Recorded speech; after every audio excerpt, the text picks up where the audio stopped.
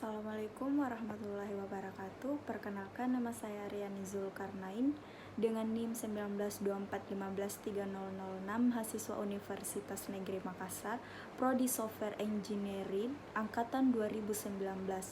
Di sini saya berbicara untuk memenuhi kebutuhan tugas saya. Saya di sini akan menjelaskan tentang tinjau umum etika. Berikut penjelasannya. Tinjauan umum etika. Pengertian etika. Kamus Besar Bahasa Indonesia terbitan Departemen Pendidikan dan Kebudayaan merumuskan pengertian etika dalam 3 arti. Pengertiannya sebagai berikut: ilmu tentang apa yang baik dan yang buruk, tentang hak dan kewajiban moral, kumpulan asa atau nilai yang berkenaan dengan akhlak, nilai mengenai benar dan salah yang dianut masyarakat. Etika, filsafat, dan ilmu pengetahuan. Abdul Qadir memperinci unsur-unsur penting filsafat sebagai berikut. Kegiatan intelektual, bahwa filsafat merupakan kegiatan yang memerlukan intelektualitas atau pemikiran. Mencari makna yang hakiki. Filsafat memerlukan interpretasi terhadap sesuatu dalam kerangka pencarian makna yang hakiki. Segala fakta dan gejala, bahwa objek dari gejala filsafat adalah fakta dan gejala yang terjadi secara nyata dengan cara refleksi, metodis, dan sistematis. Filsafat memerlukan suatu metode dalam kegiatannya serta membutuhkan prosedur-prosedur yang sistematis untuk kebahagiaan manusia. Tujuan akhir filsafat adalah sebuah ilmu adalah kebahagiaan umat manusia. Etika merupakan bagian filsafat, yaitu filsafat moral. Etika merupakan ilmu yang mempelajari perbuatan baik dan buruk, benar atau salah berdasarkan kodrat manusia yang diwujudkan dalam kehendaknya.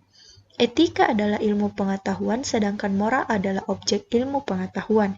Jadi, etika menelaah tujuan hidup manusia, yaitu kebahagiaan sempurna, kebahagiaan yang memuaskan manusia baik jasmani maupun rohani dari dunia maupun akhirat melalui kebenaran-kebenaran yang bersifat filosofi. Lawrence Kohlbreit juga mencatat 6 tahap perkembangan moral yang dekat.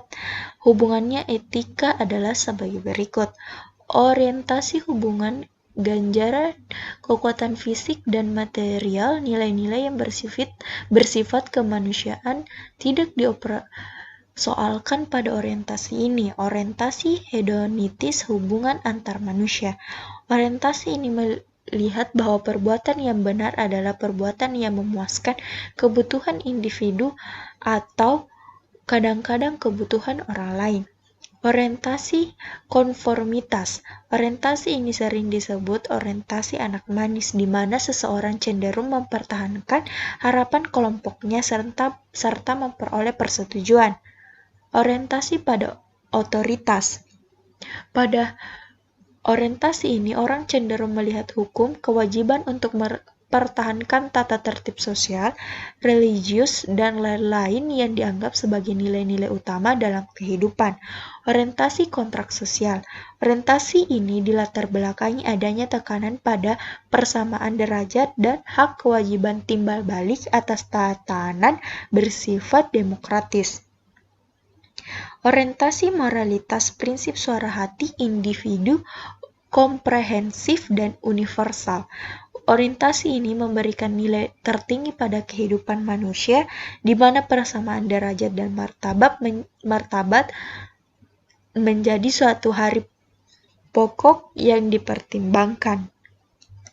Etika merupakan cabang filsafat tentang nilai dan norma moral yang sangat menekankan pendekatan kritis dalam melihat dan mengumuli norma tersebut. Etika merupakan refleksi kritis rasional mengenai nilai dan norma moral yang menentukan dan terwujud dalam sikap dan perilaku hidup manusia.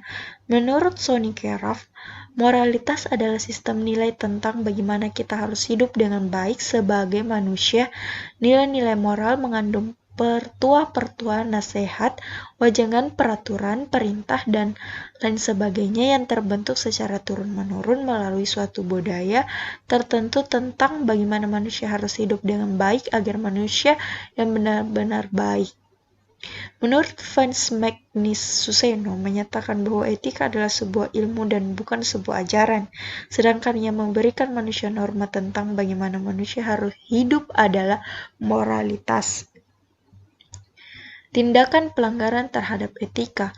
Pertama adalah sanksi sosial. Etika adalah norma-norma sosial yang berkembang dalam kehidupan masyarakat, maka terjadi pelanggaran. Sanksi terhadap pelanggaran tersebut adalah sanksi sosial.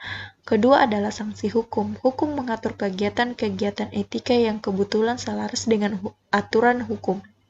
Hukum disiplin merupakan bagian hukum pidana yang mengatur dan berlaku bagian suatu golongan atau profesi yang bergerak dalam aktivitas sosial kemasyarakatan yang keputusannya dipatuhi anggota.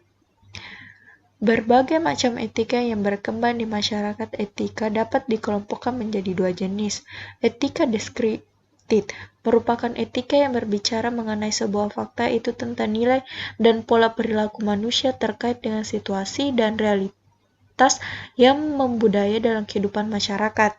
Etika normatif merupakan etika yang memberikan penilaian secara himbauan kepada manusia tentang bagaimana harus bertindak sesuai dengan norma yang berlaku. Etika umum adalah etika tentang kondisi-kondisi dasar dan umum bagaimana manusia harus bertindak secara etis. Etika khusus merupakan prinsip-prinsip moral dasar dalam bidang kehidupan khusus. Etika khusus dapat dikelompokkan menjadi dua, yaitu etika individual dan etika sosial.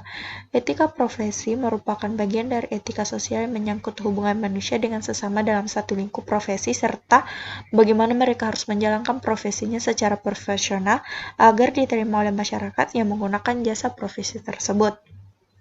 Etika dan teknologi. Tantangan masa depan. Perkembangan teknologi yang terjadi dalam kehidupan manusia seperti revolusi yang memberikan banyak perubahan pada cara berpikir manusia, baik dalam usaha pemecahan masalah, perencanaan maupun pengambilan keputusan. Perubahan yang terjadi cara berpikir manusia sebagai salah satu akibat perkembangan teknologi tersebut. Sedikit banyaknya akan berpengaruh terhadap pelaksanaan dan cara pandang manusia terhadap etika dan norma-norma dalam kehidupan. Teknologi sebenarnya alat yang digunakan manusia untuk menjawab tantangan hidup. Terima kasih. Itu tadi penjelasan singkat dari materi tinjauan umum etika. Kurang dan lebihnya mohon dimaafkan. Sekian dan terima kasih. Assalamualaikum warahmatullahi wabarakatuh.